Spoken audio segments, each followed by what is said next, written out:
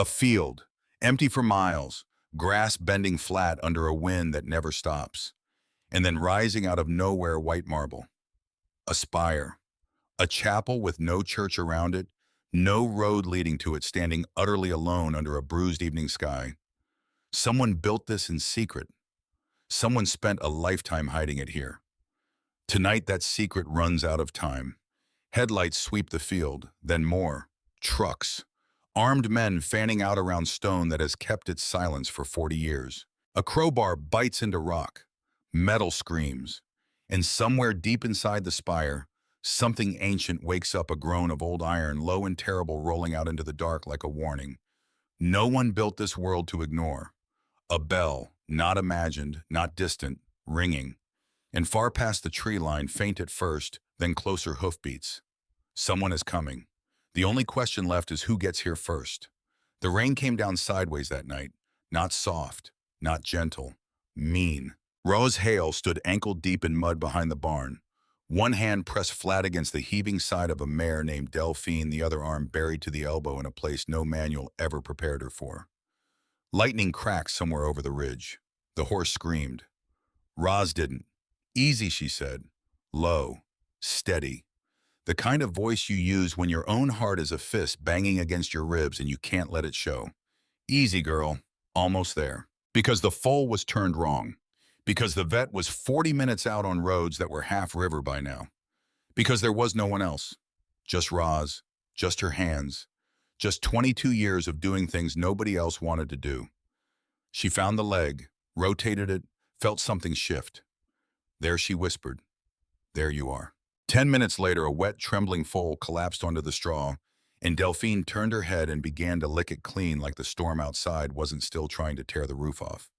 Roz sat back on her heels, mud to her shoulders, rain in her hair.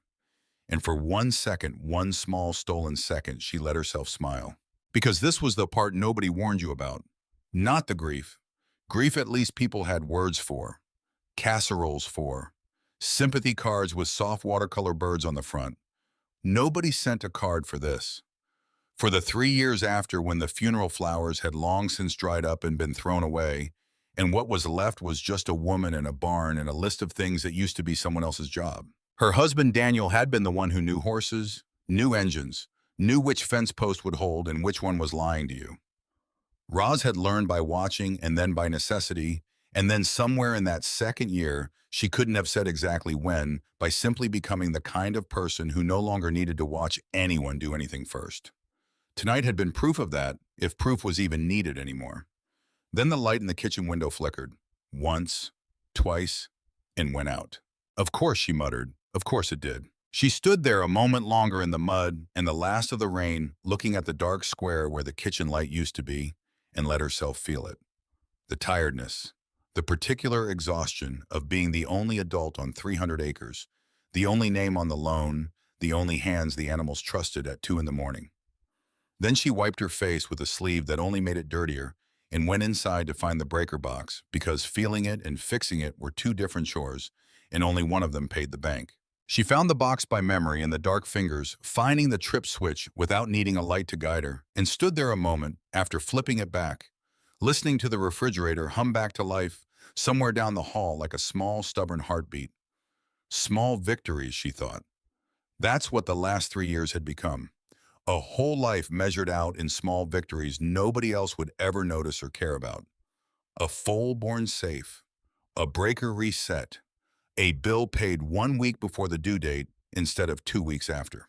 She used to want more than that, used to imagine back when Daniel was still alive, and the future still felt like something that belonged to her, a life with room in it for things beyond survival. Now survival was the whole of most days, and she had made a fragile kind of peace with that, the way you make peace with weather you cannot change.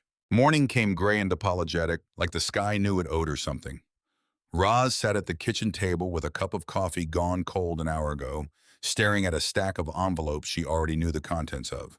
Bank, bank, feed supplier, bank again. Wren came down the stairs 2 at a time, 16 years old, and dressed for chores before the sun had finished deciding whether it wanted to show up.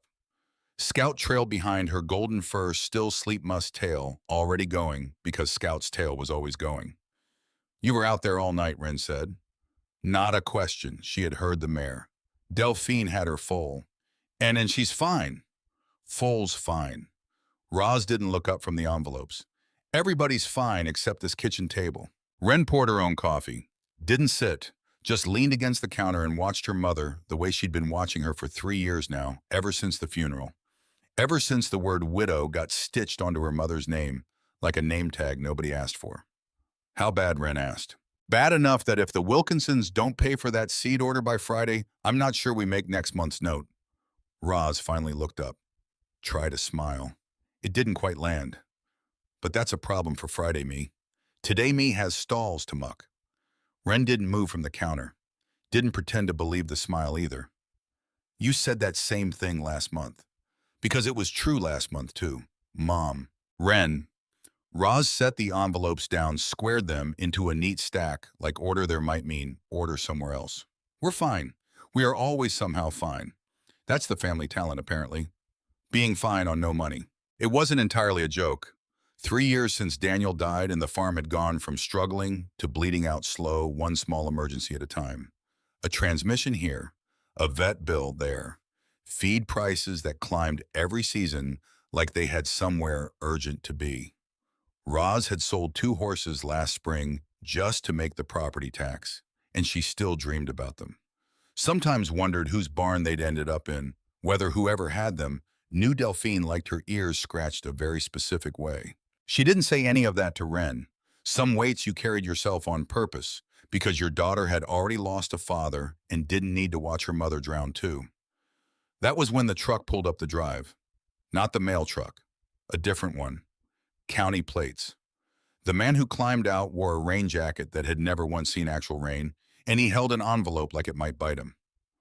Mrs. Hale, he said, checking a clipboard he didn't need to check. Rosalind Hale. Depends who's asking. Legal courier. Got something here, needs a signature. He held out the envelope. Cream-colored. Heavy stock. The kind of paper that costs money just to hold. From an estate attorney's office. Out of state. Roz signed, watched the truck pull away, turned the envelope over in her hands twice before she opened it because envelopes like that never brought good news to women like her. Not in her experience. Wren leaned over her shoulder. Well, who died? Somebody named Roz started, then stopped. Read it again. Elias Marsh. The name meant nothing. Should have meant nothing. Except something in her chest tightened anyway. Some old animal instinct that knew a name before the mind caught up. Never heard of him, Wren said. Neither have I. But the letter said otherwise. The letter, 3 pages typed, signed by an attorney out of a county Roz couldn't have placed on a map, said Elias Marsh was her mother's brother. Her uncle. A man who had lived and apparently died without a single member of the family Roz had ever known so much as speaking his name. Which meant her mother had a brother. Which meant her mother had lied. Or hidden. Or both. Because Vivian Marsh Hale had never once, not in 40 years, mentioned having a sibling. Rose read the last paragraph 3 times before the words sat still long enough to make sense. Mr. Marsh has left you the entirety of his estate, including 340 acres of land in the county records identified as Marsh Ridge, along with all structures and contents thereupon. You are asked to appear at the property no later than 14 days from receipt of this notice, as certain provisions of the will require your physical presence to be executed. Mom, Wren's voice had gone very quiet. Mom, that's land. Is that a lot of land? It's land we don't need and can't afford to get to, Roz said. But her hands weren't steady, and she noticed, and she hated that she noticed. They left 2 days later. Old truck packed tight, Scout riding shotgun, with his head out the window, the whole first hour, like he could smell the destination before they got there. Wren spent the drive with the letter in her lap, reading it over and over like a puzzle she was determined to solve before they even arrived. Roz spent it somewhere else entirely, because driving gave her hands something to do and left her mind free to wander, and her mind kept wandering back to her mother, to Vivian Marsh Hale, who had raised her alone after Roz's father left before Roz was old enough to remember his face, who had worked 2 jobs and still shown up to every school recital with her hair done, like it mattered who had told her daughter 1,000 small stories about a childhood in another county, and never once, not one single time, mentioned a brother. Why? The question kept circling, landing nowhere. Vivian hadn't been a woman who hid things easily. She'd been the opposite, if anything blunt, to the point of embarrassing, the kind of mother who told the mailman exactly what she thought of his parking and told Roz exactly what she thought of every boyfriend before Daniel. A woman like that didn't erase a whole brother by accident, which meant it wasn't an accident, which meant something happened. Something big enough that Vivian decided the safest thing to do with it was bury it so deep her own daughter never found the shovel. 2 hours in, Wren broke the silence without looking up from the letter. Do you think Grandma would be mad that we're going? Roz considered it a long moment. I think she said, finally, your grandmother spent 40 years making sure I never had to ask that question, and now I'm asking it anyway. So, maybe. Or maybe she's the one who left the door unlocked for us to find it. I honestly don't know, baby. There's a photograph, Wren said, somewhere past the second county line. She held up a small black and white print that had been folded into the envelope one Roz hadn't looked at closely. It came with the papers. Look. Roz glanced over at a red light. A young woman, maybe 20, standing in front of something half-built stone, pale, the shape of an archway rising out of scaffolding behind her. The woman was smiling, the careful smile of someone who didn't smile for cameras often. That's not. Roz's voice caught. That looks like my mother. Grandma Vivian. Wren turned the photo over. On the back, faded pencil. VM, spring before. No year, no explanation. Before what? Neither of them had an answer. The truck kept moving. The photograph rode the rest of the way, pressed flat against the dashboard, like if they stared at it long enough, it would decide to explain itself. Marsh Ridge announced itself the way abandoned places always do, not with a sign, but with an absence. Fences that had given up. A gate hanging by one hinge swung permanently half open, like it had been waiting for someone, and finally stopped expecting them. The house itself sat back off the road, and even from a distance, Roz could see the porch had folded in on itself, one whole corner sagging toward the earth, like a shoulder giving out under a weight it had carried too long. Home sweet home, Wren muttered. Roz cut the engine and just looked at it for a long moment. Because inheriting a ruin wasn't a gift. It was a chore with paperwork attached. And she had enough chores. Except when she stepped down out of the truck, boots sinking half an inch into wet grass, something in the air felt different than she expected. Quieter than abandonment usually felt. Like the land was holding its breath. Scout was already gone, a golden blur, streaking across the field toward the tree line, nose down, tail up, chasing something only he could smell. Scout, Wren shouted, taking off after him without a second thought, because that dog had never once come back on the first call in his life. Scout, wait. Roz followed at a walk, arms crossed against a wind that didn't need to be that cold in early autumn. She was still 40 yards from the house when Wren's voice cut across the field sharp enough to stop her mid-step. Mom, you need to see this. Something in the tone, not fear, not quite, something closer to disbelief. Roz crossed the field at something faster than a walk. She rounded the tree line and stopped. Just stopped. Feet planted, breath gone. Because there in the middle of an empty field, no house near it, no road leading to it, no fence around it, nothing but grass and wind and the far tree line, stood a chapel. Not a shed, not a shrine, a chapel. White marble gone silver gray with weather easily 4 meters tall. Its narrow spire reaching up into a sky that seemed to bend around it like the sky itself hadn't expected to find it there either. Stained glass windows, most of them cracked, a few still holding jagged color. Deep blue, dark red, caught the afternoon light and threw broken jewels of it onto the grass. Oak double doors carved with vines, and something that might have been wheat stood closed under an archway thick with moss. It stood entirely alone. No walls around it, no path leading to it. Just grass growing wild right up to its marble base, as though the field had grown around a secret and never told anyone what it was hiding. What Wren said slowly is that Roz didn't answer. Couldn't for a second. Because in 22 years of walking fields not so different from this one, she had never seen anything like it. A chapel with no church around it. A chapel with nothing around it at all. Scout sat at its base, tail thumping the grass, looking immensely pleased with himself. There's no town out here, Wren said, already moving toward it. Drawn the way people are always drawn toward things too strange to leave alone. There's no anything out here. Why would someone build a church in the middle of an empty field? I don't know. Roz's voice came out smaller than she meant it to. Do you think is it a grave? Like a mausoleum, I said. I don't know, Wren. But she was walking now, too, because not knowing had never once stopped Roz Hale from finding out. Up close, the scale of it kept doing something strange to her sense of the place. Every few steps, it seemed to grow the way things do when they don't belong where they are, when your eyes keep expecting them to shrink back down to something that makes sense, and they simply refuse. By the time she stood at its base, craning her neck to take in the spire against the moving clouds, she felt the particular vertigo of standing next to something built by hands that had clearly meant it to outlast them. It's beautiful, Wren said, and there was something almost reverent in how quietly she said it. Mom, it's actually beautiful. It was. That was the strangest part. Not grand in the cold way of courthouses or banks buildings meant to remind you of your smallness. This felt made with a different kind of intention entirely. The vines carved into the doors weren't decoration for decoration's sake. They twisted and looped in a pattern that repeated again and again, like someone had carved the same shape over and over until it became a kind of prayer. Somebody loved whoever this was for, Roz said before she'd quite decided to say it out loud. Wren looked at her. You think it's for Grandma? I think Roz said slowly that a man doesn't spend 11 years. That's what the note said.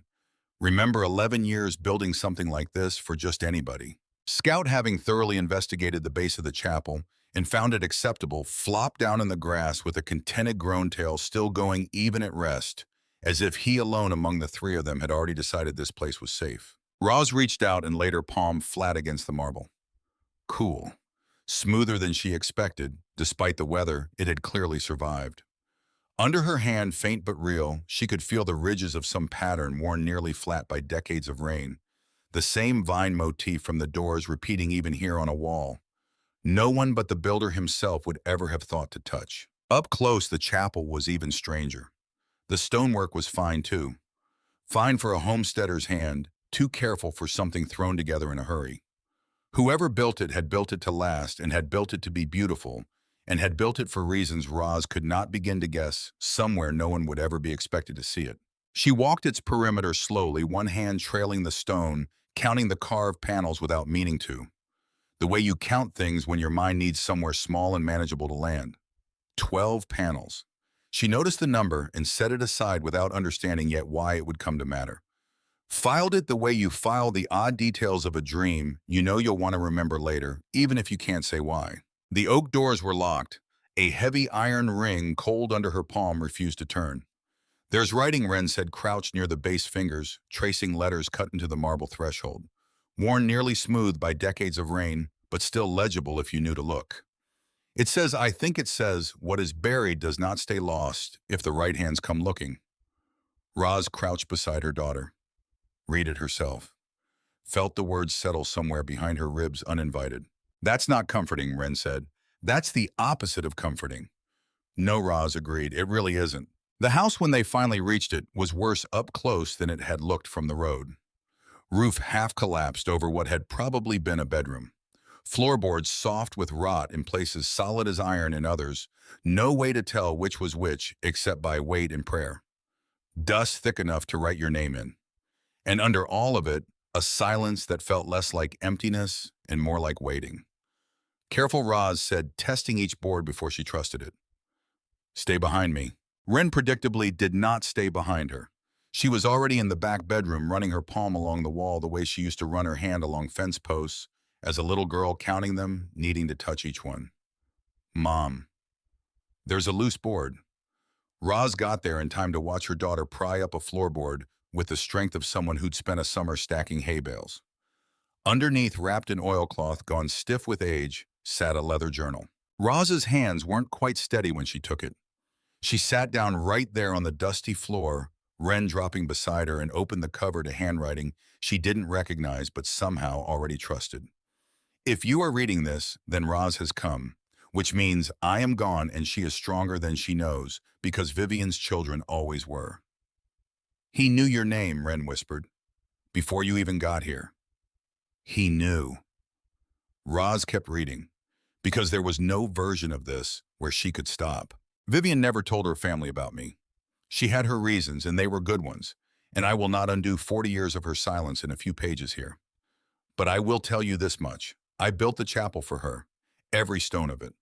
It took me 11 years working alone because I could not undo what happened to us, but I could build something that would outlast it. She came to see it once, only once, before Roz was born. She stood right where you are, likely standing now, and she told me, Elias, it's beautiful, and it's going to break your heart to keep it hidden. She was right as she usually was. Wren's fingers had gone still against the page. So the photo, the one in the letter, that's Grandma Vivian, in front of the chapel, while it was still being built. Before I was born, Roz said quietly. That's what the note on the back meant. Before me. She turned the page. More entries. Years of them, some only a few lines, some pages long, all circling the same unspoken thing, a family history Roz had never once been told, folded up small enough to fit inside a floorboard. The collection grows. 40 years now, most of it coins and pieces others didn't recognize the value of, sold off cheap by people who never learned to look closely at what they were holding. I have learned. I have kept records. When the time comes, Roz will need more than money. She will need to know who to trust with it. Collection, Wren repeated. What collection? Roz turned another page, then another. Whole years seemed to pass between entries. Sometimes gaps of silence. Elias never explained, and then a sudden flood of pages all written close together like something had shaken loose in him. Vivian's girl turned 6 today. I know because I still get the county paper, still watch the announcements, still count the birthdays I'm not invited to. I told myself once that this was fair, that I was the one who stayed, and staying meant giving something up. I am not certain I believe that anymore. Roz married a good man, Daniel Hale. I looked into him the way I look into everyone because looking into people is the only closeness I allow myself anymore. And I am satisfied. He fixes what's broken instead of complaining about it. Vivian would have liked him. Wren had gone very still beside her. He knew about Dad. He knew about me. This whole time, and we never, Mom, he was right there, and we never even knew to look for him. I know Roz's voice had thinned to almost nothing. I know, baby. She turned the page again, and the entries changed. Tone grew heavier. Ink pressed harder into the paper, like the hand writing them had been in a hurry or afraid or both. Daniel is gone. I read it in the obituaries, 3 lines. No mention of how young he was. No mention of the wife and daughter he left behind trying to hold 300 acres together with 2 pairs of hands where there used to be 4. I wanted to write to her. I wrote the letter 4 times and burned it 4 times because what right did I have after 40 years of silence to walk into her grief like I belonged there? I did the only thing I know how to do instead. I kept building. I kept saving. I told myself that someday when the silence had gone on so long, it could not be undone by a letter. It might still be undone by something else. Something she could hold in her hands. I have never spent it. Not truly.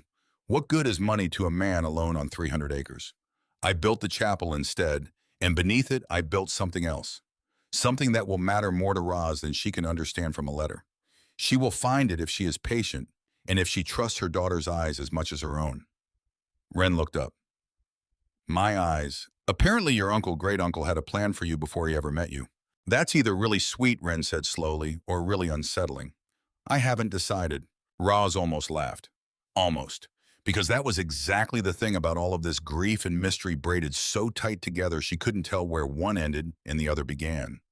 Her mother, gone 11 years now, had kept an entire brother's secret, had watched him build a chapel for her, and never told her own daughter he existed. And now here was Roz sitting on a rotted floor in a house that smelled of dust and rain, holding proof of a whole hidden life she'd never once been allowed to know about. Because if Vivian had wanted her to know, she would have told her. Except she hadn't. Not once. Not on her deathbed, not in the quiet years before it, not ever. Which meant the silence itself had been a choice. A deliberate one. And now Roz was going to have to figure out why using nothing but a dead man's journal and a chapel that shouldn't exist. Mom. Wren's hand landed on her arm, gentle grounding. You okay? I don't know yet, Roz admitted. Ask me again once I understand what I'm looking at. They worked the rest of the daylight combing through what remained of the house, every drawer, every cabinet, every space behind every loose board Wren could find, and she found more than Roz would have guessed a 16-year-old had the patience for. The kitchen gave up a tin box full of receipts, decades old, nothing useful. The front room gave up nothing but dust and a chair with 3 legs. It was the study, if you could call it that, a narrow room with one window and a desk too heavy to have ever been moved out, that finally gave them something worth the search. Mom Wren's voice again, careful this time, like she'd learned already not to shout unless it mattered. Bottom drawer's stuck. There's something behind it. It took both of them and a flathead screwdriver Roz kept in her jacket out of habit to work the drawer free. Behind it, taped to the underside of the desk, where no casual search would ever find it, was a folded square of oilskin. Inside that, a hand-drawn map of the property, ink gone brown with age, and beside it a key. Not a small key. Roz turned it over in her palm and felt its weight settle strangely heavier than a piece of metal that size had any business being. Iron maybe, or iron over something else tarnished nearly black. But along the shaft, faint under decades of grime, a line of symbols had been carved with obvious care. Not letters, not any alphabet Roz recognized. Small shapes repeating the same vine pattern from the chapel doors, worked into the metal itself. That's the same design, Wren said, tracing the carving on the chapel doors from memory, then the key back and forth like she was checking her own eyes. The vines, same pattern exactly, which means this opens the chapel, which means Uncle Elias wanted whoever found this desk to also find the chapel. He built it like a trail, on purpose.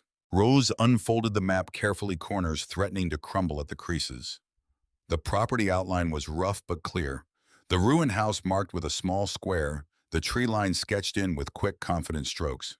And there in the empty field where the chapel stood, a single mark, not a cross like the others, scattered lightly across the page, but a circle drawn and redrawn so many times the ink had gone through the paper in places like the hand that made it had needed again and again to be certain of exactly where it belonged. By the time the light started going gold and long across the field, they'd assembled a small pile of things that made no sense on their own, and even less sense together.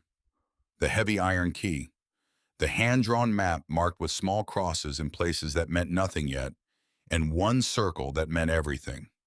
And the photograph still riding along in Wren's back pocket, Vivian's careful smile aimed at a chapel that hadn't finished being built. That key's too heavy, Wren said, turning it over in her palm for the 10th time. Feel it.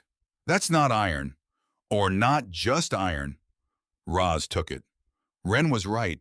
There was a weight to it that didn't match its size, a density that made her think uneasily of things buried far more literally than secrets usually were. It's for the chapel doors, Roz said. Has to be. Then why haven't we tried it? Because it's getting dark and I am not walking my 16-year-old daughter into a locked stone building in the middle of an empty field after sunset, mystery inheritance or not. Wren opened her mouth to argue, closed it, because even she apparently had limits on how much strangeness she wanted to walk into after dark. They made camp in the one room of the house with a roof that still held the kitchen. Oddly enough, its old iron stove, somehow still standing despite everything else around it falling apart. Scout curled up against the stove's cold iron belly, like he'd claimed it personally. Wren fell asleep with the journal still open on her chest, one finger marking a page she hadn't finished. Roz didn't sleep. Sat by the window instead, watching moonlight pool silver over the field, over the chapel's pale spire rising up out of the grass, like something that had always been waiting there, and had simply been patient about being found. Why hide it, Mom? She thought, the words arriving unbidden, aimed at a woman 11 years gone. Why keep a whole brother a secret? Why let him build something so beautiful and never let me see it while you were alive? No answer came. Just wind and grass moving, and somewhere far off an owl deciding the night belonged to it. Because that was the thing about grief you carried alone for years. It didn't stay in one shape. It kept changing on you. Tonight it wasn't Daniel she was grieving, not exactly, and it wasn't quite her mother either. It was something stranger. Grief for a life she'd never known she was allowed to have. An uncle. A whole hidden branch of family built in silence, kept in silence, and now handed to her all at once like a debt she hadn't known was owed. Except it wasn't a debt, she thought. It was a gift, wasn't it? A strange one, a heavy one, but a gift. She wasn't sure yet which it was going to turn out to be. Wren stirred in her sleep, murmured something Roz couldn't catch, one hand still resting on the journal's cracked spine like she meant to keep reading the moment she woke, whether or not the sun had come up yet to give her light to do it by. Roz watched her daughter's face in the dark and felt the old fierce thing rise up in her chest, the thing that had nothing to do with money or land or dead relatives, and everything to do with the simple fact that this girl was hers, and she would burn every acre of Marsh Ridge to the ground before she let a stranger in an expensive suit make either of them afraid in their own inheritance. She was still awake when headlights swept across the ceiling. Roz was on her feet before she'd finished deciding to move one hand instinctively, finding Wren's shoulder, shaking her gently but urgently awake. Someone's here. Who, I don't know. Stay close.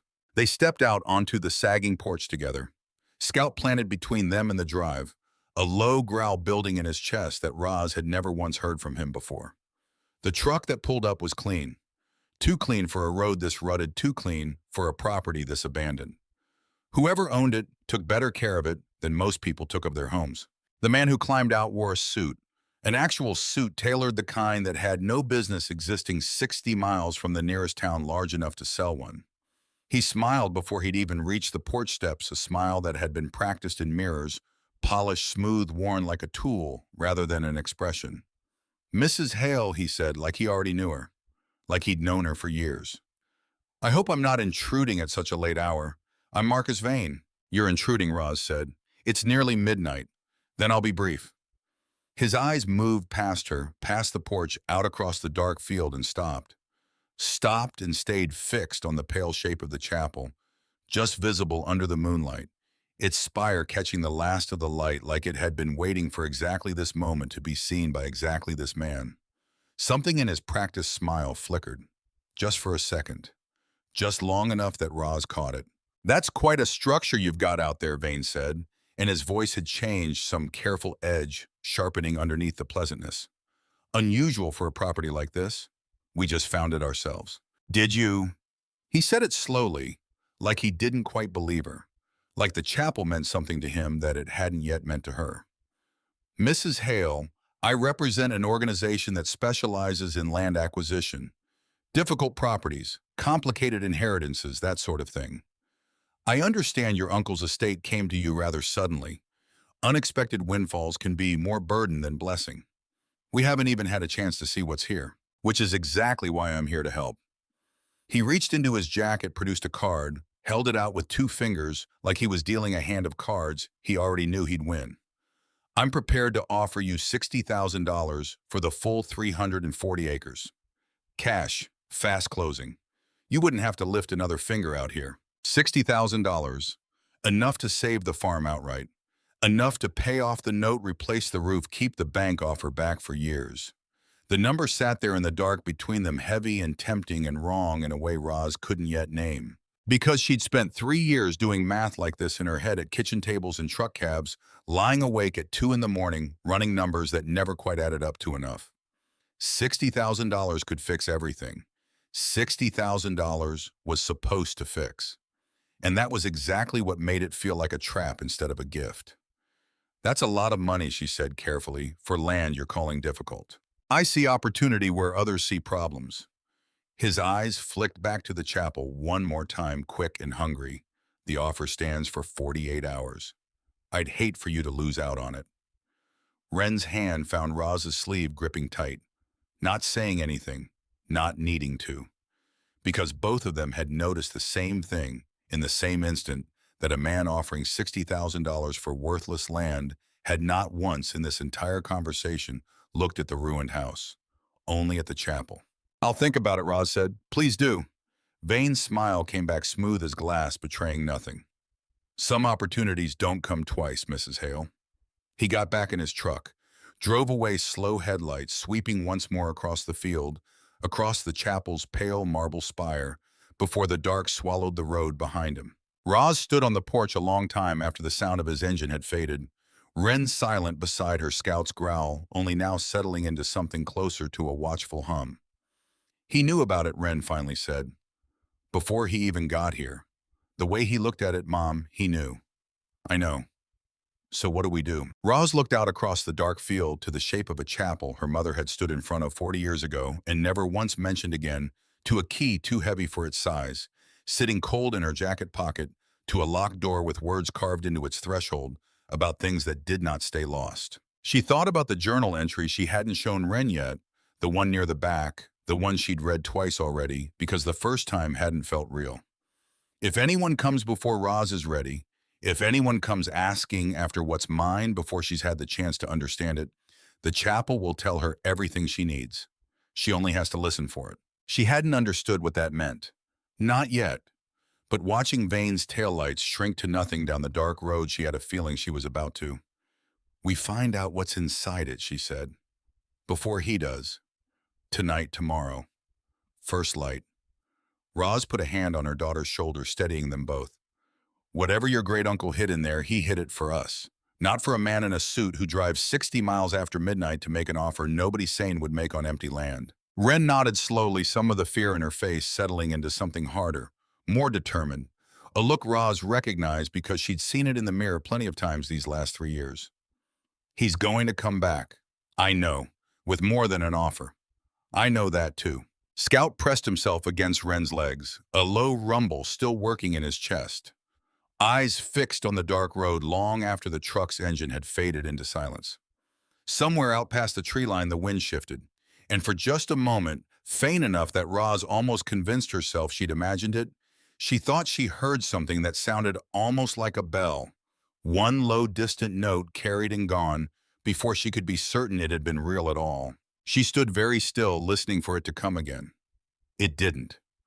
But she didn't stop watching the dark shape of the chapel across the field, not for a long while, not until Wren finally tugged her back toward the house, and the last of the night's cold made the decision for both of them. Tomorrow, she thought, tomorrow they would find out what Elias Marsh had built beneath his 11 years of grief and silence. And whatever it was, she intended to understand it before Marcus Vane ever got the chance to lay a hand on it. Morning came without ceremony, gray light sliding in through a broken window Roz hadn't bothered fixing because there hadn't been time, because there was never time, because time was the one thing Marcus Vane had made very clear he wasn't going to give them. 48 hours, that was the offer. That was the countdown ticking somewhere behind every thought Roz had had since his taillights vanished down the dark road. She hadn't slept, not really. Somewhere around 4 in the morning, she'd given up pretending and gone to sit at the kitchen table with the journal reading Elias's entries by flashlight, until the words started blurring together, until she'd had to close her eyes and just breathe for a while, because grief and fear together made for a heavier weight than either one carried alone. He built something for us, she kept thinking, which means somewhere in all of this there's a reason. There has to be a reason, because nobody spends 11 years on stone and mortar without a reason. She was already at the chapel by the time Wren stumbled out of the house, coffee in hand, Scout at her heels with the particular energy of a dog who'd slept better than either of the humans he lived with. Roz stood at the base of the marble steps, the heavy iron key already in her palm, turning it over and over, like the motion itself might reveal what she was supposed to do with it. You didn't wait for me, Wren said around a yawn. I've been standing here for 20 minutes not doing anything. That counts as waiting. Barely. Wren climbed the steps, ran her fingers along the carved oak doors over vines that repeated and repeated like a held breath. So, we just put it in the lock. Turn it. That's it. That's the theory. Except the theory fell apart the second Roz actually looked at the lock itself. Because it wasn't one lock. It had never been one lock. What she'd taken in the dim moonlight 2 nights ago for a single keyhole was, in the honest light of morning, 4 separate mechanisms set into the stone at the corners of the door in a pattern she hadn't noticed until now. Small brass discs, each ringed with numbers worn nearly smooth. Each one clearly needing something in the iron key alone could not provide. Well, Wren said, that is new, that's a problem. Which we solve how Roz crouched studying the discs closer. 4 locks, 4 numbers, each disc showing digits from 0 to 9, waiting to be turned into some sequence that meant something to somebody. Which meant this wasn't a lock built to keep out strangers with crowbars. This was a lock built to keep out everybody except the one person who already knew the answer. Which means Elias didn't build this to be broken into, she thought. He built it to be remembered into. Combination locks, she said aloud. Elias wanted whoever found this to already know the numbers. Not guess them. Know them. Wren's eyes went wide. Family dates. Family dates. They stood there a long moment, the two of them, the weight of it settling. Because if this was true, if Elias Marsh had built a vault that only opened to someone carrying the private calendar of Vivian Marsh Hale's life, then he hadn't been building a puzzle for strangers. He'd been building a door that only his sister's daughter could ever walk through. On purpose. After all those years of silence, after all that distance, he'd made absolutely certain that whoever eventually stood here would have to know the family, truly know it in her bones, not from a letter, in order to get inside. Mom, Wren's voice had gone soft. That's kind of beautiful, actually, in a really elaborate, slightly insane way. Your uncle Elias Roz said does not appear to have done anything the simple way. The first disc took 3 tries. Roz said it to her mother's birthday, March the 15th a year, that felt strange to turn into a number like reducing a whole person down to 6 digits was somehow disrespectful, even as it was necessary. The little brass ring clicked into place with a sound that felt bigger than it should have. A small, definite thunk that traveled up through the stone. One Wren breathed. Don't count out loud. You'll jinx it. That's not how combination locks work, Mom. Everything's how combination locks work today. Don't jinx it. The second disc Roz used her own birthday. August the 23rd. Another click deeper this time, like something further inside the door had shifted in response. 2 Wren said anyway, softer this time, half a smile fighting through the nerves. The third, and here Roz hesitated, hand hovering over the dial because the third date wasn't hers to give freely. Daniel's death had a date. She knew it the way you know your own name, the way grief carves numbers into you whether you want them or not. But using it here on a door built by a man who'd never met her husband for a purpose, she still didn't fully understand, felt like handing a stranger something too tender to hand anyone. Mom, give me a second. We don't really have a second. Vane's countdown. I know what Vane's countdown is. Wren, give me the second anyway. Except the journal had said it plainly enough, hadn't it? Daniel is gone. I read it in the obituaries. Elias had known, had grieved it from a distance alone the way he grieved everything, which meant this date wasn't a stranger's to hold. It was already his. He'd carried it in silence for 3 years right alongside her. Roz set the third disc to the day she'd buried her husband. The click that followed was quieter than the others, almost gentle. 3 Wren whispered and reached for her mother's hand without being asked, held it a moment, let go. The fourth disc sat there waiting, and Roz found herself entirely out of guesses. Because what date was left? Whose calendar hadn't she already spent? She thought of Wren's birthday, tried it, felt nothing shift. Thought of her wedding day, tried that too, and the disc simply spun free, refusing to catch. It's not working. Try Grandma's, Wren said. The day I tried her birthday already. First disc, not her birthday. Wren's voice had gone very careful, very quiet. The other one. Roz understood what her daughter meant before she finished the sentence, and hated that she understood, because it meant setting the final dial to the worst day of her own life before Daniel, the day 11 years ago. Now that she had stood at another grave entirely and promised herself she would never again feel that particular kind of empty. Her hands were not steady when she turned the last disc to her mother's death date. The fourth click came like something exhaling, and then low and grinding stones shifting against stone somewhere deep in the chapel's foundation, the great oak doors swung inward on hinges that hadn't moved in years, releasing a breath of cold air that smelled of old incense and older secrets. Wren grabbed her mother's arm. Mom, I know. We're really doing this. We're really doing this. They stepped inside together.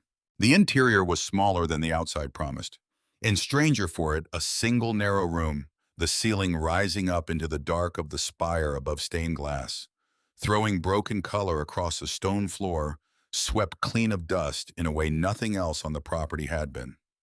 Someone had come here regularly. Someone had cared for this room long after everything around it had been left to rot. At the far end, where an altar should have stood, sat instead a low stone table, and set into its surface, Flush with the marble, a single square panel marked with the same vine carving that ran through everything Elias had touched. Rose crossed to it, pressed her palm flat against the stone the way she had against the outer wall 2 nights before. Nothing happened, and for a long moment she thought that was the end of it, that whatever answer this room held required some further combinations she hadn't yet found. Then Wren crouched at the base of the altar, said, "There's a seam here." "Mom, look, it's a door. The whole table's a door." It took both of them, hands braced, shoulders straining, before the stone panel finally gave, sliding aside with a grinding reluctance to reveal a set of narrow steps leading down into dark. "Okay," Wren said, staring into the black. "Okay, that is either the coolest thing I have ever seen or the beginning of a horror movie, and I genuinely cannot tell which yet." "Stay close," wasn't planning on doing anything else. Roz went first, one hand trailing the cold stone wall phone flashlight, cutting a thin white path down steps worn smooth by feet that hadn't walked them in years, but had clearly walked them often once. The air changed as they descended, cooler, drier, carrying a faint mineral smell like the inside of a cave mixed with something else underneath it. Something almost like beeswax, like candles burned here once long ago by a man who came down alone to sit with whatever he'd hidden and remember why he'd hidden it. The passage opened after a dozen steps into a chamber that made Roz stop breathing for a full second. Because the walls were lined with shelving, floor to ceiling, and every shelf held small wooden boxes, each one labeled in Elias's careful hand dates, mostly, and sometimes a single word.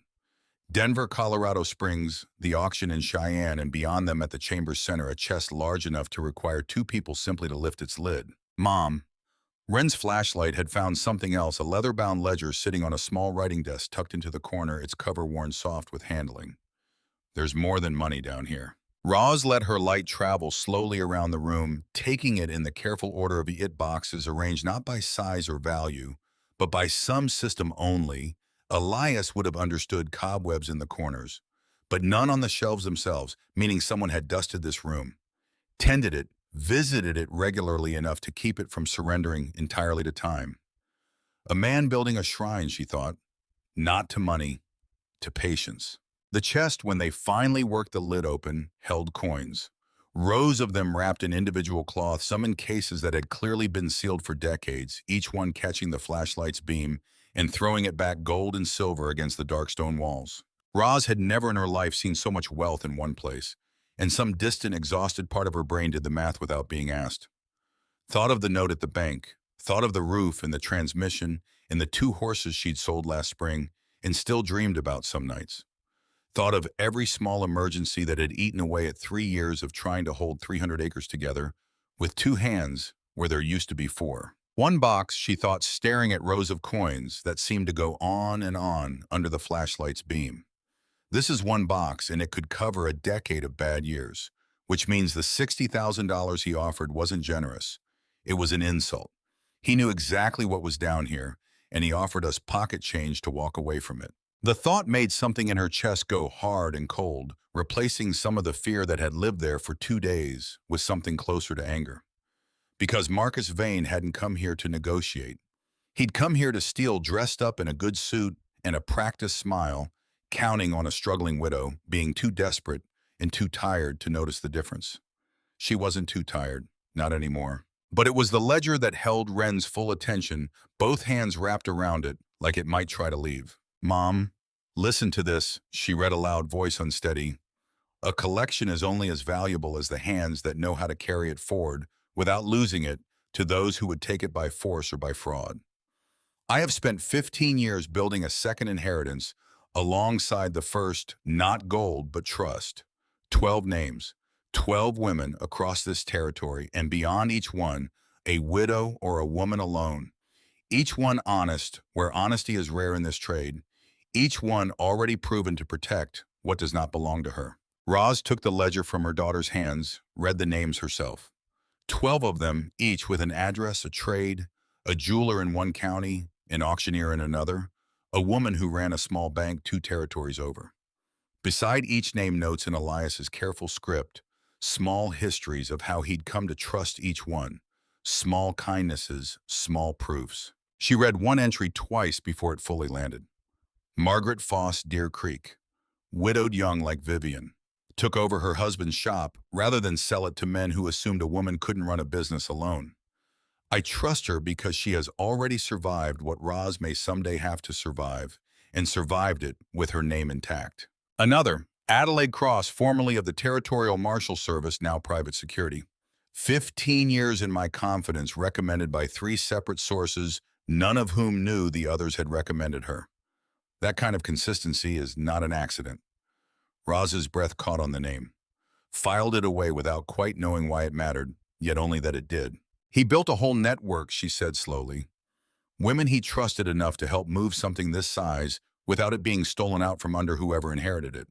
Because he knew, Reins said, even back then, he knew someone like Vane would come looking eventually.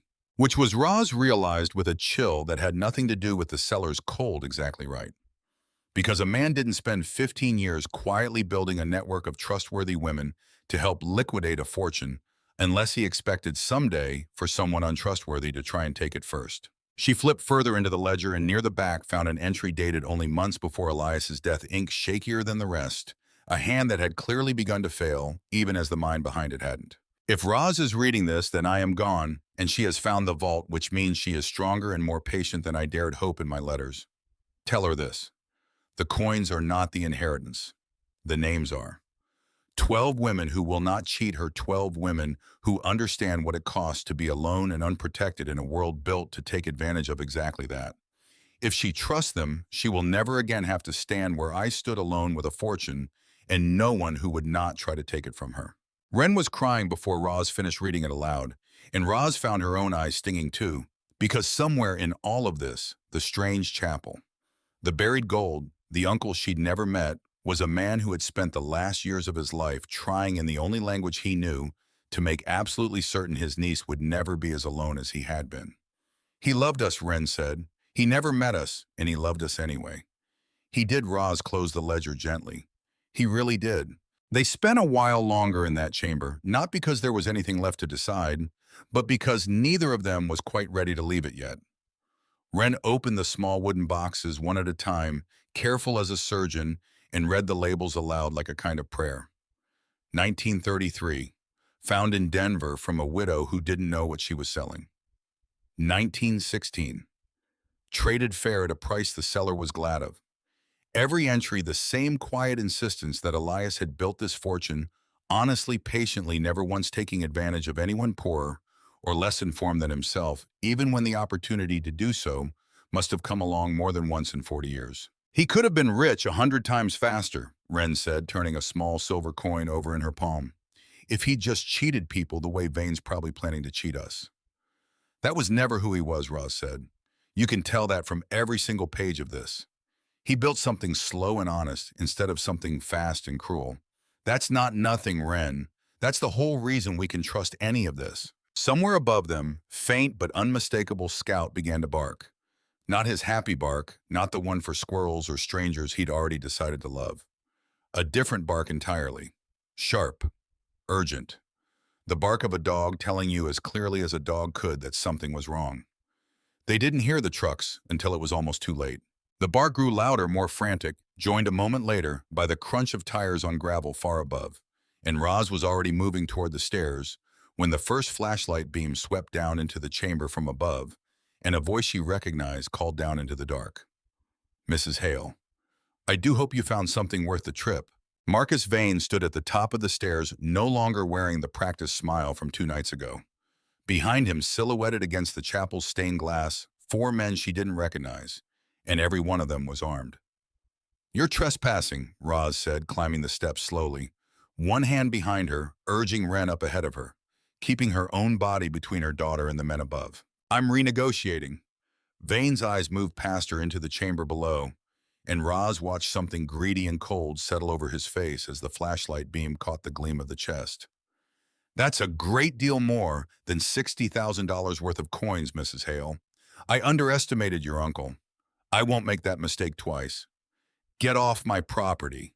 Your property. He said it almost gently, almost like pity. Do you understand what you're actually holding here? That collection is worth, by conservative estimates, somewhere north of $100 million. And you were prepared to let a bank take your farm over what, 10,020? He shook his head. You should be thanking me. I found this land for you, in a manner of speaking.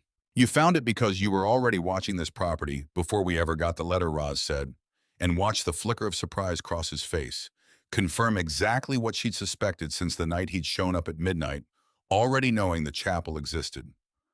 How long, Mr. Vane? How long have you had men out here watching an old dying man build something you couldn't understand and couldn't touch? Long enough, Vane said, to know that Elias Marsh was very good at hiding things and very bad at hiding them from people with resources. My employer has been interested in this property for years. He simply lacked a legal heir cooperative enough to make the arrangement clean. Your employer, Roz, repeated slowly. This isn't the first time you've done this, is it? Something in Vane's expression shifted just slightly, the particular flicker of a man who enjoyed being asked about his work more than he'd admit. There are a great many overlooked properties in this territory, Mrs. Hale. A great many heirs who inherit more than they understand and less prepared than you to hold on to it. My employer has an eye for opportunity. I merely execute it. How many? Roz kept her voice level, kept pushing, because every word out of his mouth was a word that might matter later, if there was going to be a later. How many families have you done this to, enough that the process has become quite efficient? He said it the way another man might describe streamlining a factory line, no more weight to it than that. Most are considerably more reasonable than you've been, Mrs. Hale. Most understand the wisdom of cooperation rather quickly. And the ones who don't, Vane didn't answer that one. Just smiled thin and cold and let the silence do the answering for him. And if I'm not cooperative, Vane's smile came back, and it was worse this time. Worse for how calm it was. Then we do this the difficult way, Mrs. Hale. And I promise you, the difficult way is considerably less pleasant for everyone involved, especially for her. His eyes went to Wren just for a second, just long enough to make his meaning entirely clear. Roz felt something in her chest go very cold and very still. The particular stillness that comes right before a person decides exactly how far they're willing to go to protect the thing that matters most. Because she had buried a husband, she was not going to bury a daughter too, not for coins, not for $100 million, not for anything a man like Marcus Vane thought he was owed. She thought in that cold, clear instant of every hard thing she had already survived without help. The mare in the storm, the bank letters, the 2 years of learning alone how to be both parents to a girl who deserved better than half a family. None of it had broken her. She did not intend to let a man in a tailored suit be the thing that finally did. Touch her, Roz said, and I will make absolutely certain you never see one coin from that vault. I'll burn the chapel down around it before I let that happen. For just a second, barely a second, something flickered across Vane's face that might have been respect buried under all that practiced calm. Then it was gone, replaced by the same cold patience. Let's hope it doesn't come to that, he said, for everyone's sake. They were marched back to the house at gunpoint, made to sit at the same kitchen table where Roz had once stared down a stack of unpaid bills, while 2 of Vane's men tore through what remained of the rooms, searching for anything else that might be useful, and 2 more stood guard by the door. Rose kept her hands flat on the table, kept her breathing even because panic was a language her body wanted badly to speak right now, and she could not afford to let it. Wren sat rigid beside her, and under the table Roz found her daughter's hand and held it once hard, a single silent message. Still here, still together, still thinking. Because thinking was the only weapon either of them had left in a kitchen full of armed men. Elias built this place to protect us, she thought, turning it over and over, searching for the piece she was missing. He wasn't reckless. He wasn't careless. Every single thing he built had a reason behind it, which means there's a reason we haven't found yet, which means I just have to survive long enough to find it. The ledger, Vane said, holding out his hand. Now. Wren's fingers tightened around it, and for one terrible second, Roz thought her daughter might actually refuse, might do something reckless that would end badly for both of them in a kitchen, this small with this many armed men standing in it. But Wren was faster than fear and cleverer than her 16 years usually got credit for. Under the table, out of the direct line of sight from the men by the door, her fingers found the very last page, Elias's final entry. The one meant only for Roz, and tore it free along the binding's natural seam so cleanly that no one watching would think to count the pages. It disappeared into her jacket pocket before her mother had even finished registering what she'd done. Wren! Roz kept her voice level, kept her eyes from dropping to that pocket even once. Give it to him. Mom, give it to him. Wren handed it over, jaw tight, eyes burning, and Vane flipped through it with the careless speed of a man who understood he was holding something valuable, but had no idea yet how to read it properly. 12 names, he said slowly. Interesting. Your uncle was thorough. He tucked it into his jacket, never once noticing the binding had been quietly disturbed. This will save us considerable time. It was Wren, sharp-eyed even now, who noticed what none of the rest of them had. The two men who'd been searching the house had come back out to the truck, not with more boxes of coins, but with coils of rope and heavy canvas sacks, and something long and dark wrapped in a tarp that had no business being part of any legitimate business deal. She didn't say anything, just found her mother's eyes across the kitchen table and let the fear in her own face say it instead. Because ropes weren't for carrying coins, and sacks that size weren't for carrying coins either. Roz followed her daughter's gaze out the window. Watched one of the men test a coil of rope between his hands, the way you'd test something you expected to use. Soon watched another drag the tarp-wrap bundle toward the barn instead of the truck bed, and felt the full weight of what those supplies actually meant settle into her stomach like a stone. They're not planning to leave witnesses, she thought, and the thought arrived so plainly, so certainly, that she almost couldn't believe it had taken this long to see it clearly. Vane never intended for either of us to walk away from this property once the vault was empty. The $60,000 was never the real offer. We were never going to get to spend it. She understood in one terrible clarifying instant exactly how much danger they were actually in. Not theoretical danger, not the vague unease of armed strangers on her land, but the specific, deliberate, planned-out kind of danger that came with rope and canvas, and men who'd clearly done this sort of work before. They spent the next hour under guard, while Vane's men worked out how to move the chest without the combination that would open the rest of the underground chamber. Because Roz had noticed and said nothing, that the chest they'd found had itself been sitting atop a second larger seam in the stone floor, one that hadn't yet been touched, one that likely required a combination none of Vane's men currently possessed, which meant they still needed her, which meant for now, at least they were still alive. She used the waiting to study the men themselves quietly, without seeming to the way you study weather before deciding whether to trust it. The younger one by the door kept glancing at his own boots more than at his prisoners, as if some part of him had already started regretting the job before it finished. The older ones moved with the flat, unbothered efficiency of men who had done this exact kind of work more than once before and stopped feeling much of anything about it years ago. Neither observation changed their situation, but it steadied her to have something to do with her mind besides fear. Vane returned to the kitchen alone this time, and something in the set of his shoulders told Roz his patience had thinned considerably in the last hour. "Take the girl outside," he said to one of his men. "Her mother and I need to speak privately." "No." Roz was on her feet before the word had finished leaving her mouth. "She stays with me." "That wasn't a request, Mrs. Hale. Neither is this." Roz put herself between the man and her daughter, every ounce of the same steadiness that had gotten a foal turned right in a thunderstorm, now aimed squarely at a man twice her size, holding a gun he clearly knew how to use. "You want cooperation? You'll get considerably less of it if you separate us. I promise you that." Vane studied her for a long moment, something almost like curiosity crossing his face, the particular look of a man recalculating an opponent he'd underestimated. "Fine," he said finally. "She stays. But she doesn't speak unless spoken to, and if either of you tries anything clever, I assure you the consequences will land on whichever of you is standing closest to me. Are we understood?" "Understood," Roz said. Wren, jaw tight, said nothing at all, which was its own kind of answer. "There's another lock," Vane said, finally returning to the topic that mattered, the air of a man whose patience had run precisely as far as it was going to go. "Beneath the chest.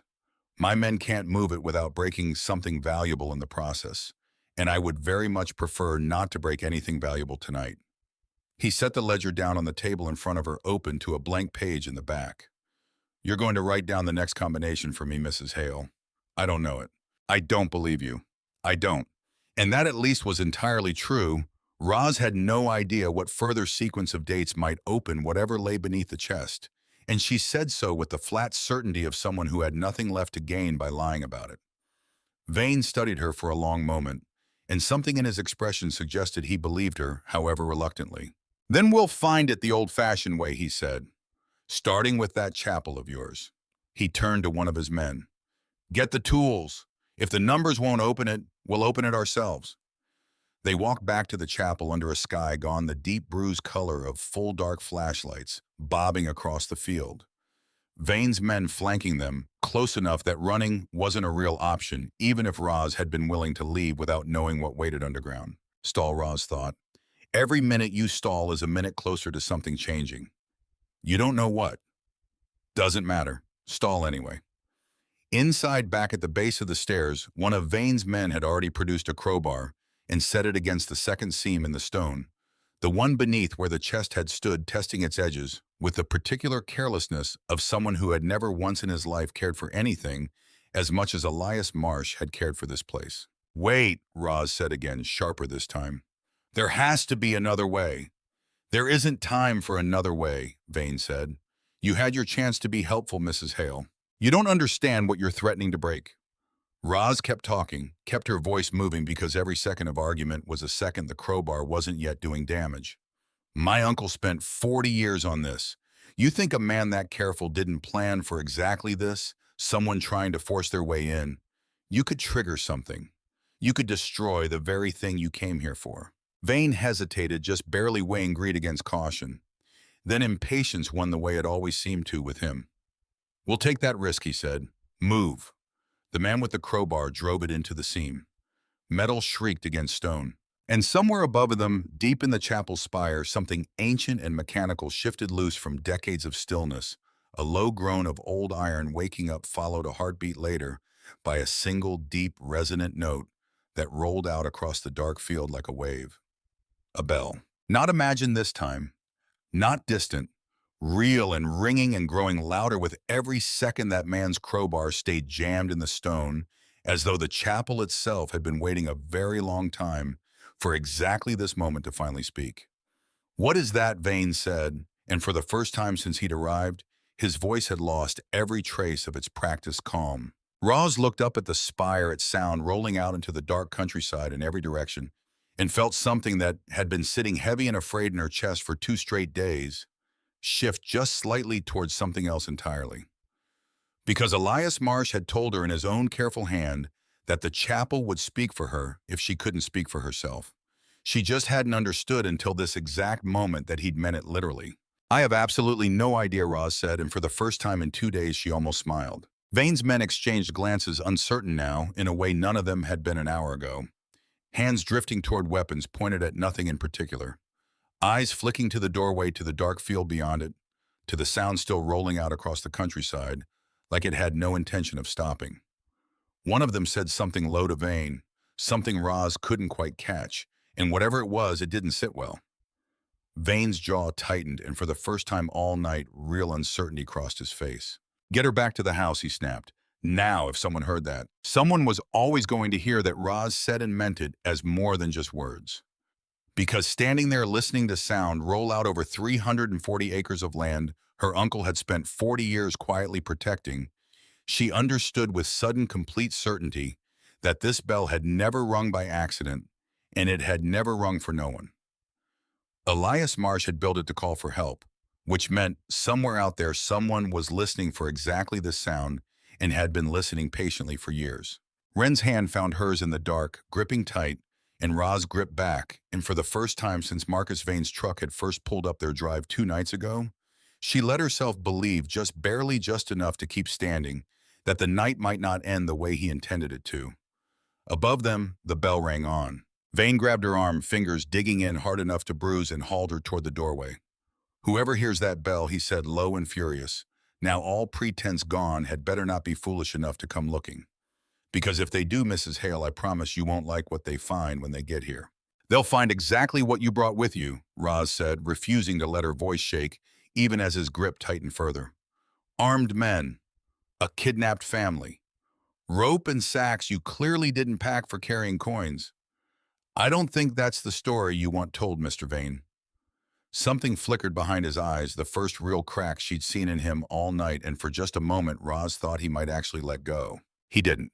But the bell kept ringing, rolling out over 340 acres of dark countryside, and somewhere beyond the tree line, faint but growing, came a sound that hadn't been there a minute before. Horses. More than one. Moving fast. Wren heard it too, her head snapping toward the sound, eyes wide. Mom, I hear it. Vane heard it as well, and for the first time all night, the calm, practiced businessman was entirely gone, replaced by something far more dangerous, a cornered man deciding in real time exactly how far he was willing to go to keep what he'd already convinced himself belonged to him. Move her, he snapped to his men. Now, we're not finished here. The bell rang on, and the hoofbeats grew louder, and Roz Hale stood in the doorway of a chapel her uncle had built with his own hands to protect a family he'd never once been allowed to meet, and understood with a certainty that steadied her more than any promise could have, that whatever came next, they were no longer facing it alone. The horses came out of the dark like something summoned. Not something arrived, 6 riders, then 8, cresting the rise beyond the tree line with lanterns swinging and the bell still tolling overhead, pulling their mounts up hard at the edge of the field, in a line that closed off the only road out. Vane's grip on Roz's arm went rigid. This is it, she thought, heart hammering so loud she was certain he could feel it through her arm. Whatever happens in the next 60 seconds decides everything. Which way this goes. Whether Wren goes home tonight, or whether I spend the rest of my life wishing I'd done something differently right now. Nobody move, he shouted, and his men scattered into position around the chapel. Weapons up, the practiced calm of the businessman completely gone, now replaced by something rawer and more dangerous. This is private property. State your business. A woman's voice answered from the dark level and unhurried, carrying the particular authority of someone who had said those exact words 100 times before and never once needed to raise her voice to be obeyed. My business, the voice said, is you, Mr. Vane. The lead rider walked her horse forward into the lantern light, and Roz found herself looking at a woman close to 60, silver-streaked hair, pulled back tight, a marshal's badge catching the light at her collar, flanked on either side by riders who moved with the same unhurried certainty she did. Marshal Adelaide. Cross, the woman said, dismounting in one smooth motion, eyes moving over the scene with the quick, complete assessment of someone who missed nothing. Territorial service, 22 years. Currently on contract as private security for the Marsh estate. Her gaze settled on Roz. Mrs. Hale, I apologize for the delay. We came as fast as the bell allowed. Roz stared at her. You knew about the bell, about all of this. Elias hired me 15 years ago, Adelaide said, along with 11 other women he trusted. More than he trusted most men in this territory. We've been listening for that bell every single night since. I'll admit I was beginning to think we'd never hear it. Vane's men, Roz noticed, had gone very still. Weapons still raised, but no longer certain where to point them, outnumbered now and beginning to understand it.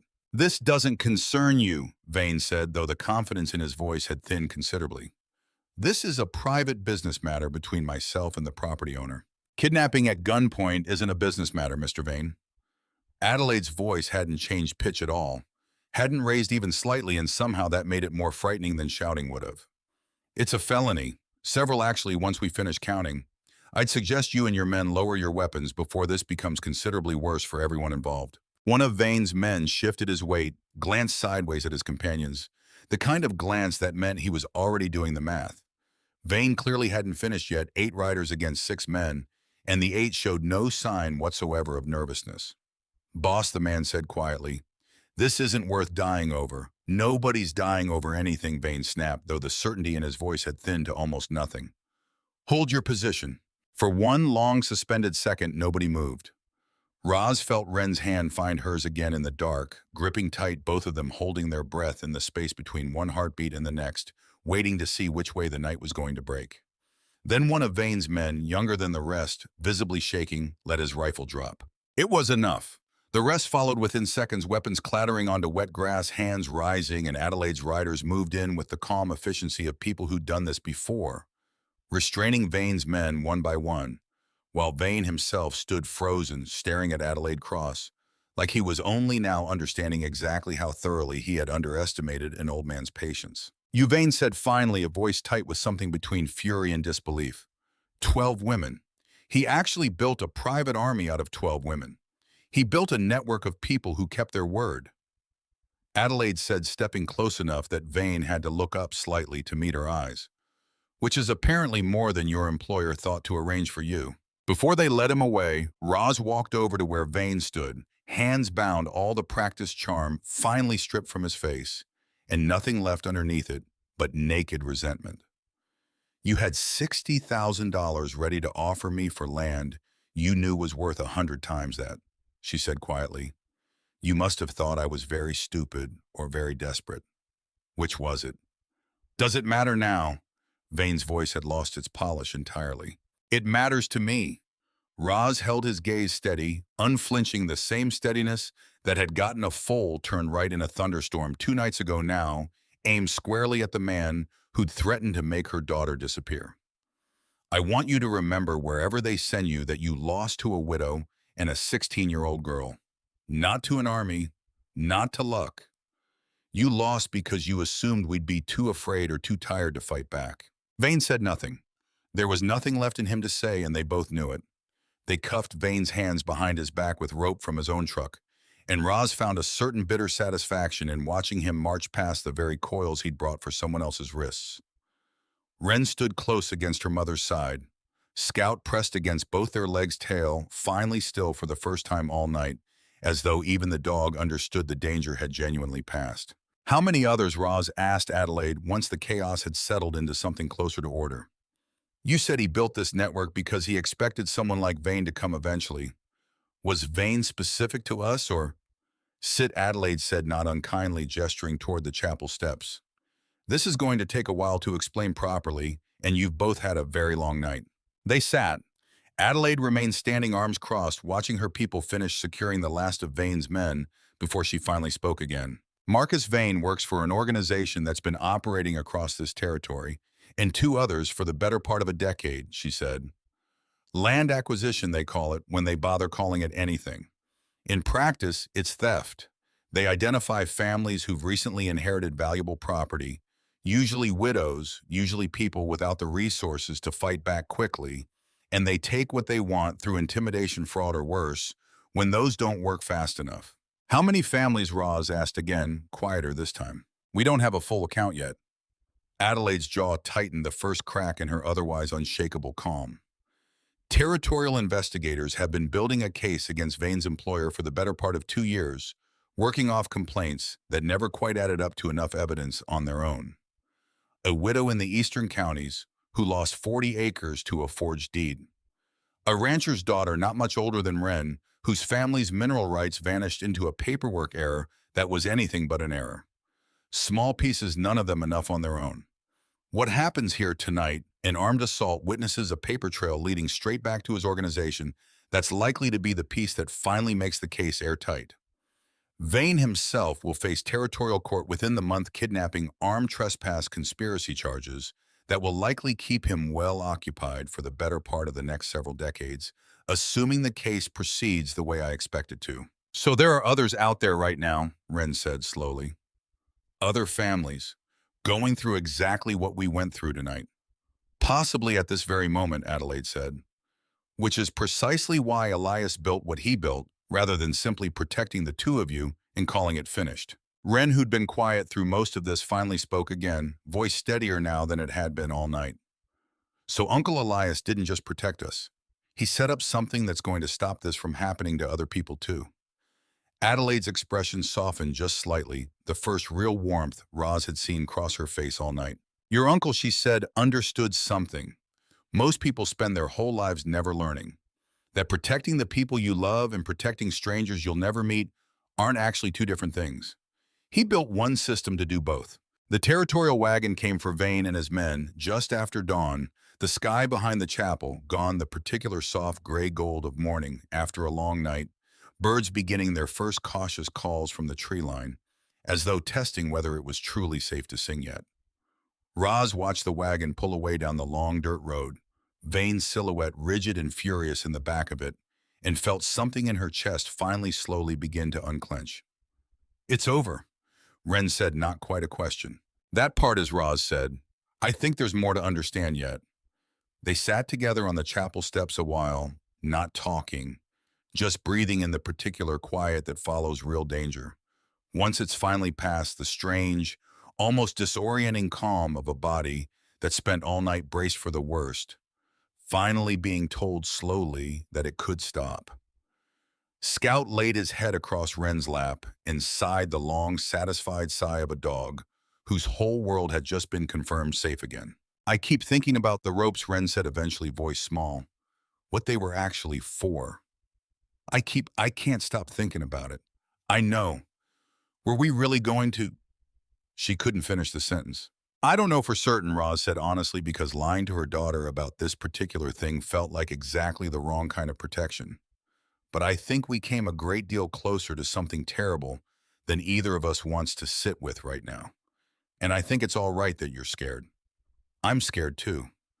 I just also happen to be the adult, so I have to do the scared part quietly. Wren laughed wet and unsteady and leaned into her mother's shoulder.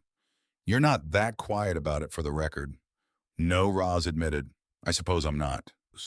Because there was still the second seam in the vault floor, the one beneath the coin chest, the one none of them had opened. Because Elias's journal had mentioned it obliquely in an entry near the very back she hadn't fully understood before Vane's trucks arrived. Because a man who built a chapel this careful, this deliberate, did not leave anything unfinished by accident.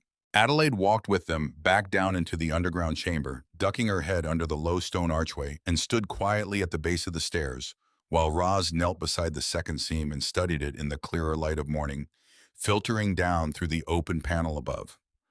There's no combination lock on this one, Wren said, running her fingers along the stone. No discs, no dial. Then how? Adelaide crouched beside them, studying the seam with the practiced eye of someone who'd apparently seen more of Elias Marsh's careful engineering than either of them had. May I? Roz nodded. Adelaide reached into her jacket and produced a small brass token worn smooth with handling, stamped with the same vine pattern that ran through every carving on the property. He gave one of these to each of us. 12 women, 12 tokens. Told us that someday if the bell ever rang, whoever answered it should bring theirs. She fit the token into a small recessed groove Roz hadn't even noticed, and the stone shifted beneath their hands, with a low grinding sigh, sliding open to reveal one final chamber beneath the first. He thought of everything, Wren whispered. He had a great deal of time to think, Adelaide said, and very little else to spend it on.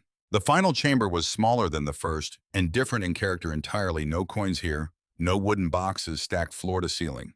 Just a single stone table, and on it a leather portfolio tied closed with a length of ribbon gone brittle with age, and beside that, a framed photograph Roz hadn't expected to see her mother, older than the one in the letter, standing beside a much younger Elias, both of them laughing at something outside the frame, the half-built chapel rising behind them in the background. Roz stood there a long moment before she could bring herself to touch anything.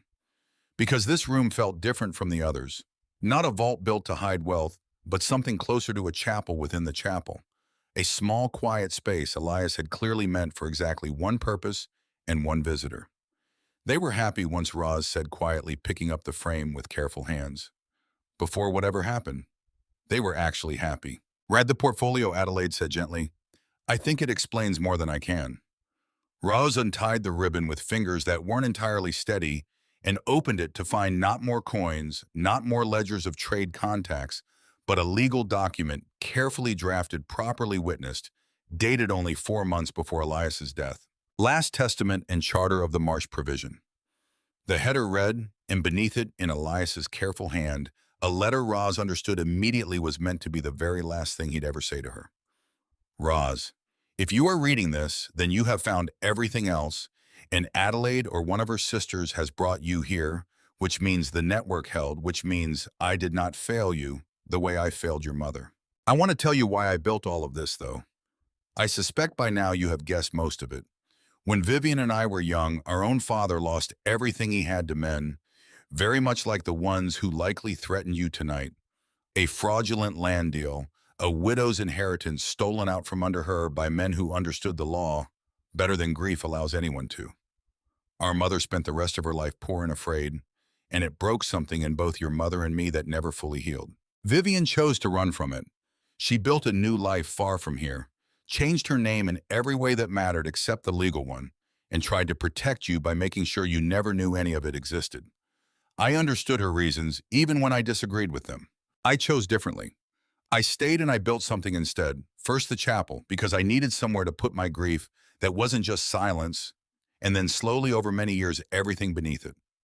Not just money, though. Money was easier to gather than I expected. What I truly built was a promise that no woman who came to me for help would ever again stand where our mother stood alone, unprotected and cheated out of everything she had by men who assumed no one would come looking. The marsh provision is that promise made permanent. A portion of the collection, not all of it, you should keep enough to live well and worry less than you have. These past 3 years is designated as a standing fund to be administered by you and by Adelaide's network for any woman in this territory who finds herself facing what our mother faced: land theft, fraudulent inheritance, men who believe a woman alone is a woman who cannot fight back. You will find once you begin that there are more of them than you expect. There always are. But you will also find, as I did, that 12 trustworthy hands can accomplish more than $100 million sitting idle in the dark ever could alone. I never had children of my own, Roz. I told myself for years that this was simply how my life had turned out, nothing more. But watching you from a distance, watching you marry a good man, raise a daughter with your mother's stubborn kindness, in her hold a failing farm together with nothing but your own two hands, I came to understand that I had, in my own strange and silent way, spent 30 years being your uncle after all. I only wish I had found the courage to say so while I still could. Take care of Ren. Take care of the 12. And if it isn't too much to ask of a woman who has already given so much just surviving, take care of the ones who come after, the way I wished every single day that someone had taken care of us. With more love than I ever learned how to say aloud, Elias. Rose didn't realize she was crying until Ren's arms came around her. Both of them sitting on the cold stone floor of a chamber built by a man neither of them had ever met, holding on to each other while morning light finally found its way down through the open panel above. Mom! Ren's voice was thick. He wasn't just protecting us. He built something that's going to protect strangers too. For years. Maybe forever if we keep it going. I know. Are we going to keep it going? Roz looked down at the letter again, at her uncle's careful, failing handwriting. At 4 decades of grief turned patiently into something useful instead of something bitter. She thought of her mother choosing silence. She thought of Elias choosing to build instead. 2 very different answers to the exact same wound, and here she was holding both of them at once, having to decide which inheritance she was actually going to carry forward. Mom ran, she thought, and I understand why. I understand it more than I did yesterday. But running only protects the person running. It doesn't stop the next family from standing exactly where we stood tonight. Yes, she said finally, and the word came out steadier than she expected, steadier than she felt. Yes, we're keeping it going. She looked up at Adelaide, who stood quietly at the edge of the chamber, giving them space, but clearly waiting for an answer of her own. What would that even look like? Roz asked her. Practically. I'm a farmer, I don't know the first thing about running something like this. You know more than you think, Adelaide said. You spent 3 years holding a failing farm together alone against every reasonable expectation that you'd fail. You spent one very long night refusing to be intimidated by an armed man twice your size. And you've spent your whole life, from what Elias told me, refusing to let hard things be the reason you stopped trying. She crouched down to their level voice, gentling further. The 12 of us already know how to find the women who need this. What we've never had is someone who could stand at the center of it and make the decisions Elias used to make. Someone the rest of us could trust the way we trusted him. You barely know me. I know enough, Adelaide said. I watched you refuse to hand your daughter over to an armed man tonight, even when it would have been easier and safer to comply. That tells me most of what I need to know about how you make decisions when it matters. She was quiet a moment, and when she spoke again, something in her voice had changed, gone softer, further away, like she was reaching back through years she didn't often talk about. I lost my own husband young too, Mrs. Hale. Before I ever took up the badge. A man came to our ranch with papers that looked legal enough, and I didn't have the money or the knowledge to fight them. And by the time I understood what had happened, half of what my husband built was already gone. Elias found me 2 years after that, working as little more than a hired hand on land that used to be mine. He didn't offer me charity. He offered me a job and a purpose, and 15 years later, I've never once regretted taking it. She met Roz's eyes steadily. I'd like to offer you the same thing he offered me. Not because you need saving, because you've already proven you don't. Because the work is better with the right people doing it, and I think you're one of them. They spent the rest of that morning above ground in the chapel itself, the stained glass throwing patches of color across the swept stone floor as the sun climbed higher outside. Adelaide's people had already begun the work of properly documenting everything. The coins, the ledger, the second chamber, all of it photographed and cataloged with the careful precision of people who understood exactly how much scrutiny this discovery was likely to receive once word of Vane's arrest reached his employer. One of Adelaide's men, a quiet, methodical fellow named Thomas, who'd said barely a dozen words all night, worked his way carefully through the wooden boxes on the shelves, cross-referencing each one against Elias's inventory with the patience of a man who understood that sloppy documentation now meant a weaker case later.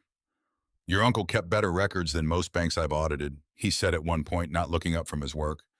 "Every acquisition dated, sourced, and priced fair. This is going to make the legal transfer considerably simpler than these things usually are." "There will be more men," Adelaide said, watching her people work. "Once the organization understands Vane failed and understands why, you should expect at least some further interest in this property before everything is fully resolved." "Let them come," Roz said, and found somewhat to her own surprise that she meant it entirely. "They'll find considerably more resistance than they're expecting." Wren, sitting on the chapel steps with a torn ledger page still folded in her jacket pocket, looked up at that. "You kept that whole time, didn't you? You knew we'd need it eventually." "I kept a lot of things," Roz said, sitting beside her daughter, watching the light move slowly across the field, where only hours before armed men had stood ready to make both of them disappear. "Some of them I didn't even know I was keeping until I needed them." 3 months later, the story had settled into something closer to routine, though routine looked entirely different now than it had before the letter arrived. The banknote was paid in full, the roof repaired, and Delphine's full of filly. Wren had named Marsh over Roz's mild objection that naming a horse after an entire branch of the family felt excessive, had grown steady enough on her legs to run the length of the near pasture without stumbling. But the farm was no longer simply a farm. In the front room, where a three-legged chair had once sat as the only furniture there was, now a proper desk, and on it the Marsh Provisions growing files. Women's names, women's stories, each one a small variation on the same old cruelty their grandmother had suffered a lifetime ago. A rancher's widow in the next county cheated out of grazing rights by a nephew who'd forged her late husband's signature. A jeweler 2 territories over nearly swindled out of her shop by men claiming false debts. Case by case, the 12 women, 13 now with Roz among them, worked to make certain none of them ended up as alone as Elias once had. Wren had changed too, in ways Roz found herself noticing at odd moments, folding laundry, mucking stalls, watching her daughter across the supper table. The girl who'd once bolted headlong toward a strange oak tree without a second thought for her own safety had grown into something steadier without losing any of that same fearless curiosity, as though the danger they'd survived together had refined rather than diminished her. She still moved through the world like everything in it was a puzzle worth solving. She'd simply learned the hard way that some puzzles came with real stakes attached. Even Scout seemed to understand something had shifted. He no longer bolted for the tree line the way he once had, chasing scent, without a thought for what waited at the end of it. Now he circled the property each evening with a kind of proprietary calm, as if he too had taken on some small share of the family's new responsibilities, and considered guarding the chapel and its long dirt road simply another chore alongside the stalls and the pasture fence. "You're quieter than you used to be," Roz told her one evening, the two of them shelling peas on the porch while Scout dozed at their feet. "Not sad quiet, just thinking quiet more than you used to be." "I think about that night a lot," Wren admitted. "Not the scary parts, mostly. The part where you set the last dial to Grandma's death date. I keep thinking about how hard that must have been, and how you didn't even hesitate once you understood why it mattered." "I hesitated plenty. You just didn't see it." "Maybe." Wren considered this, shelling another pod with more care than the task strictly required. "I think I understand Uncle Elias a little better now, too. Why he built something instead of just grieving quietly the way Grandma did. Building things is easier than sitting still with the sad parts, I think." That, Roz said, might be the truest thing either of us has said all week. She meant it. There was a comfort in it, too.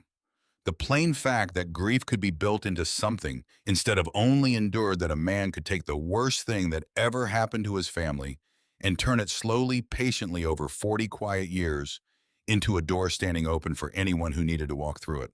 Adelaide Cross became a regular presence on the property, arriving every few weeks with updates, sometimes with new cases, sometimes simply to sit on the porch and talk in the particular unhurried way of someone who had finally, after 15 years, found the person she'd been waiting to hand her patience over to. "You're good at this," Adelaide told her one evening watching Wren muck stalls in the last of the daylight while Scout supervised from his favorite spot by the barn door. "Better than Elias, if I'm honest. He built the promise. You're the one making it live." "I had good teachers," Roz said, "even the ones I never got to meet." Wren, it turned out, had inherited more from her great-uncle than either of them expected. She'd taken to spending her evenings in the front room now, to poring over case files with the same methodical patience she'd once used to search every loose floorboard in a ruined house. And more than once, Roz caught her daughter drafting careful notes in a hand that had started unmistakably to slant the same careful way Elias's had. "You're doing the thing," Roz told her one night, nodding at the notebook. "The handwriting thing." Wren looked down at the page, surprised. "I didn't even notice." "He's in you, whether you noticed or not," Roz said.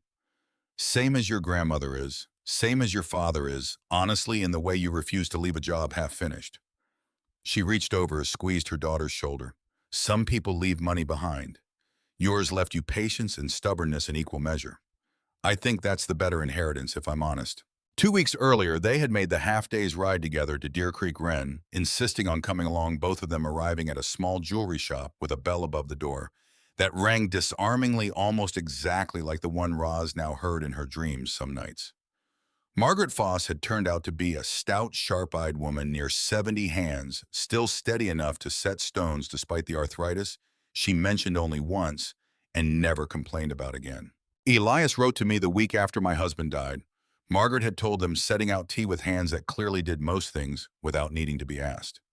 "Told me exactly what a man named Halloran was about to try before Halloran had so much as knocked on my door. I thought he was a fortune teller. Turned out he was simply paying very close attention to men who preyed on women like me." "Did the plan work?" Wren had asked.